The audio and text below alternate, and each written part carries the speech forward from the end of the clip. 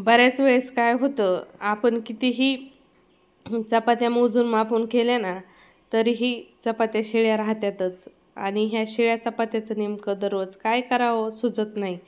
पण आज मी तुमच्यासोबत मस्त अशी शिळ्या चपात्याची नाश्त्याची रेसिपी घेऊन आलेली आहे. मी आज तुमच्यासोबत शिळ्या चपात्याचे कटलेट शेअर करणार आहे. हे कटलेट मुलं तर खूप आवडीने खातात, पण घरातली मोठे माणसंही आवडीने खातील इतके भारी हे कटलेट बनून तयार होतात. नमस्कार मंडळी, मी वर्षा येवले. माझ्या चॅनलवर तुमचं खूप मनापासून स्वागत करते. चला मग उशीर न करता आजच्या या कटलेटची रेसिपी पाहून घेऊया. आता मी तुम्हाला सांगते, आता खरं ही जी रेसिपी आहे ना, ही रेसिपी मी रात्रीच्या वेळेस बनवलेली होती, म्हणजे संध्याकाळच्या 6 वाजता. मुलांना खूप सारी भूक लागलेली होती, त्यांना भाजीपोळी खायची नव्हती आणि सकाळच्या चपात्या बऱ्याच उरलेल्या होत्या. तर मी म्हणलं, आमच्याकडं तसाही थोडा थोडा पाऊस येत होता, तर पावसाचं वातावरण होतं, तर काहीतरी ह्यांना चटपटीत नाश्ता करून द्यावा. आणि मग माझ्या डोक्यात आयडिया सुचली की आपण चपातीचे कटलेट करू शकतो. तर मी काय केलं, लगेचच ह्या शिळ्या चपात्या घेतल्या आणि मिक्सरमध्ये एकदम बारीकसर फिरून घेतल्या. जोपर्यंत ह्या चपात्या मी मिक्सरमध्ये वगैरे फिरवत होते, तोपर्यंत मी ना साईडला बटाटे शिजू घालून दिलेले होते.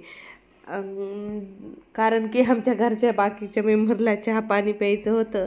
चहा वगैरे होईपर्यंत माझे बटाटे छान मऊसूद असे शिजून तयार झालेले होते. तर बटाटे शिजून त्याच्या साली मी काढून घेतल्या. बटाट्याचे पीस करून टाकले, कारण पटकन मला बटाटे शिजून घ्यायचे होते.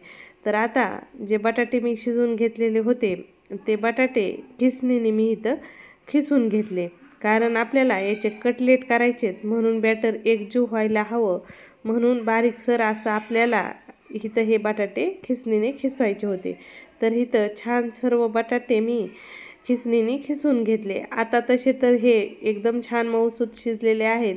हाताने जरी मॅश केले ना, तरी मॅश होतील इतके मऊ इथं शिजलेले आहेत. आणि या रेसिपीला बटाटे मऊसूदच शिजलेले हवे आहेत, म्हणजे जे बॅटर आहे आपलं ते छान एकजीव होतं. तर बटाटे खिसून घेतले की लगेचच इथं मी बाकीच्या जिन्नस बॅटरमध्ये टाकून घेतल्या, ज्याच्यामध्ये आपल्याला टाकून घ्यायचं होतं बेसन पीठ. आता बेसन पीठ आवर्जून घालायचं आहे, म्हणजे रेसिपीची जी टेस्ट आहे ना, ती खूप भारी येते. तर मध्यम आकाराचे 3 चमचे इथं मी बेसन पीठ घालून घेतलं. तर इथं बेसन पीठ घातल्यानंतर आता याच्यात थोडेसे आपल्याला नॉर्मल मसाले आणि थोड्या भाज्या टाकून घ्यायच्या आहेत.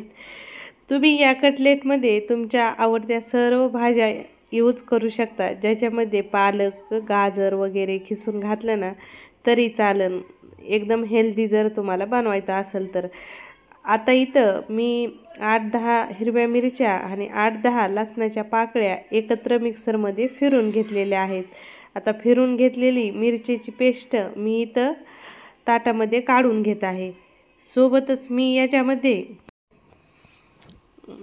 अर्धा चमचा जिरं, अर्धा चमचा ओवा, सोबत मी इथं थोडीशी म्हणजे 2 चमचे पांढरे तीळ, मध्यम आकाराचा 1 टोमॅटो, 2 कांदे आणि खूप सारी कोथिंबीर या सर्व जिन्नस टाकून घेतल्या. चवीनुसार मीठ, हळद आणि थोडंसं लाल तिखट. आता हिरवी मिरचीची पेस्ट वापरलेली आहे, म्हणून त्याच्या हिशोबाने लाल चटणी घालून घ्यायची. आता सर्व जिन्नस छान हाताने एकजीव करून घ्यायच्या.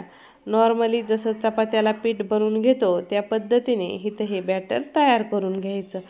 इझिली इथं बॅटर तयार होतं आणि पाणी बिलकुल वापरायचं नाही. जे बटाट्याचं मॉइश्चर आहे ना, त्याच्यामध्येच हे बॅटर आपल्याला करून घ्यायचं आहे.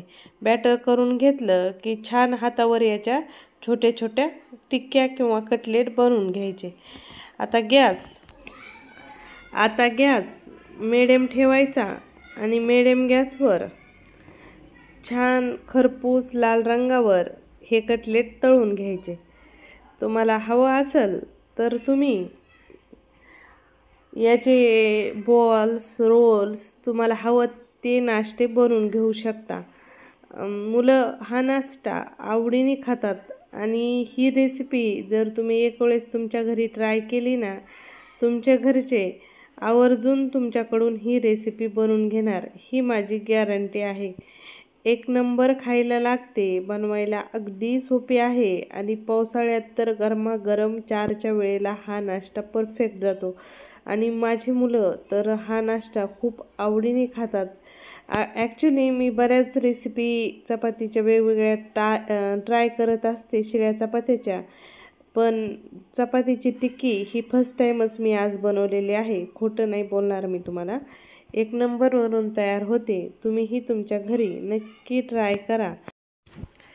रेसिपी आवडली तर लाईक करा, शेअर करा आणि माझ्या चॅनलवर जर फर्स्ट टाईम असाल तर चॅनललाही सबस्क्राईब नक्की करा आणि तुमच्या घरी हा नाश्ता आवर्जून नक्की ट्राय करा.